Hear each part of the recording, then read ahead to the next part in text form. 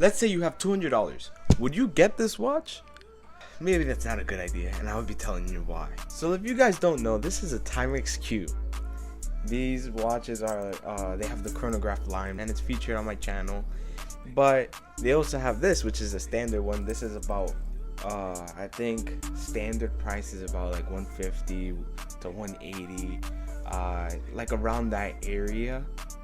But God, is it a horrible watch for that price point? Because 180, 150, you could, there's a lot of good watches there, you know. There's a lot of good Seikos that, or even Timexes that you're able to pick up the price of this. Start off with the positives, which is the bezel, right? The bezel, although it's not the best bezel, right? I think it's made out of aluminium, but it looks cool, right? Like, look at this. I have a little Pepsi, right? So it is cool, and that is cool. But like, for a diver function, you know, which this has a bile, you see. So, you know, diver functionality is thrown out the window. Let's admit it, because with a little bit of movement, like, you know, this is moving around, right? So, you know, you can't really use it. And let's say if I just want to quickly look at the time that passed by, you know, you have to look at it and then multiply it times 5. So let's say I set the bezel, right, to minutes hand. That's the way how you actually use a diver's watch. You set it to the minutes hand, and then once the minute hand starts to progress, that's when you see how many times pass by, right? So let's say you want to use it for this watch, and 2 minutes pass by, right? You have to multiply that. Well, it's on the 2. You have to multiply that times 5. 10 minutes pass by, right? So it kind of becomes very counterintuitive when you're just trying to look at it easy without actually having to, like, you know, okay, you know, even though we're talking about the multiples of 5, but like, you know, at a quick glance, I want to look at it, and that's something that really irks me about this watch. I just wish that I had the actual, like, up to 50 instead of up to 12. But arguably one of the worst parts of this watch is the bracelet, because the bracelet is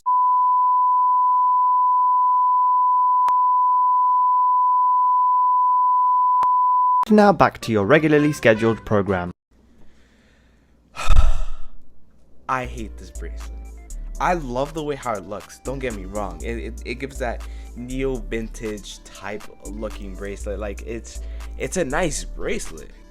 It looks beautiful, you know, with the polished center links, you could say. But God, does it hurt.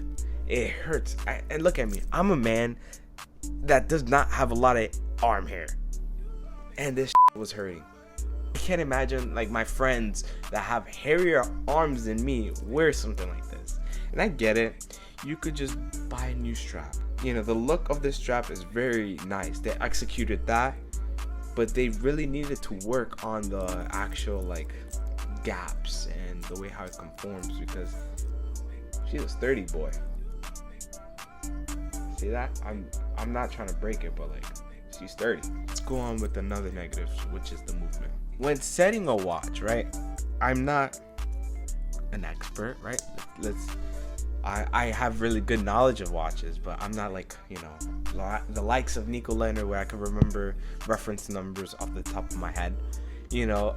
But when setting this watch was a pain. I will tell you that, because you see that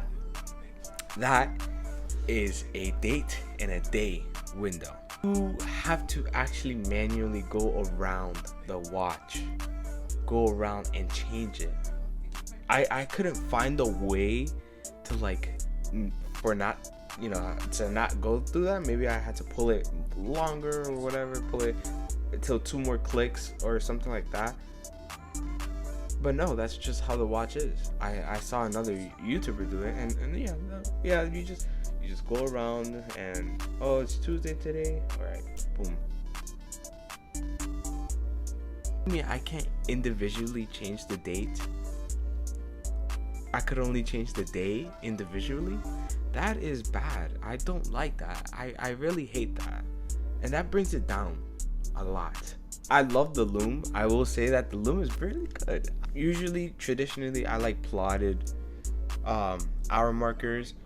Just like, let's see for an example, the Seiko mod, right? It's plotted there, but this is like I don't know what's the word for it, but like it's not plotted. It's like actually flush with the dial, which actually looks really cool. But the color of green, it's really nice. It's really nice. I will say that. Some people might call me ignorant because the bracelet is supposed to, this is a reissue watch. It came out in the 70s, and the bracelet is supposed to emulate what came out in the 70s, and it's not about comfortability. It's not about any of that. It's about recreating the one-to-one from the 70s with a modern touch, with the quartz movement and the modern automatic movement. But at the end of the day, this is $150. Around there, $150 to $180. I don't care if this was $100. This was $60. Maybe the stiff bracelet is fine. There's so much quality control, and I'm talking about Timex at the end of the day. We're not talking about Rolex but there should have been more research done on this. There should have been more quality control done on this. Maybe I got a defective one, but it's not the first time I heard people say that this watch hurts to wear.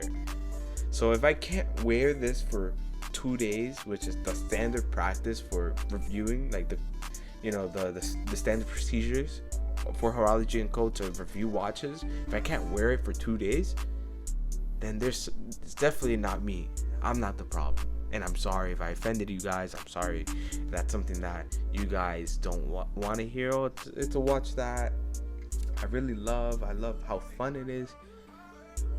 But if we're talking about fun, it hits the mark, right? And at the end of the day, Timex, they're not a micro brand, and I bet you that they have shareholders or whatever that they have to make happy, investors.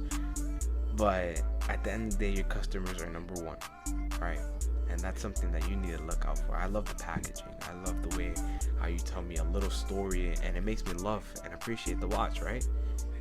But what's the point of appreciating the watch when I can't even wear it? And it's something that is cool. This watch is cool. I hope you guys enjoyed that video. That's my brutal, honest opinion, and I hope you guys enjoyed this. It was really fun to really show my opinions on things like this, where I guess it's kind of controversial because most people like this watch. But please like and subscribe. Follow my Instagram right here. You see that right there? Follow that. It's gonna be in the description below. Thank you for supporting, guys, and with your follow, you're helping us at Horology&Co. So thank you guys, and we're gonna do better things.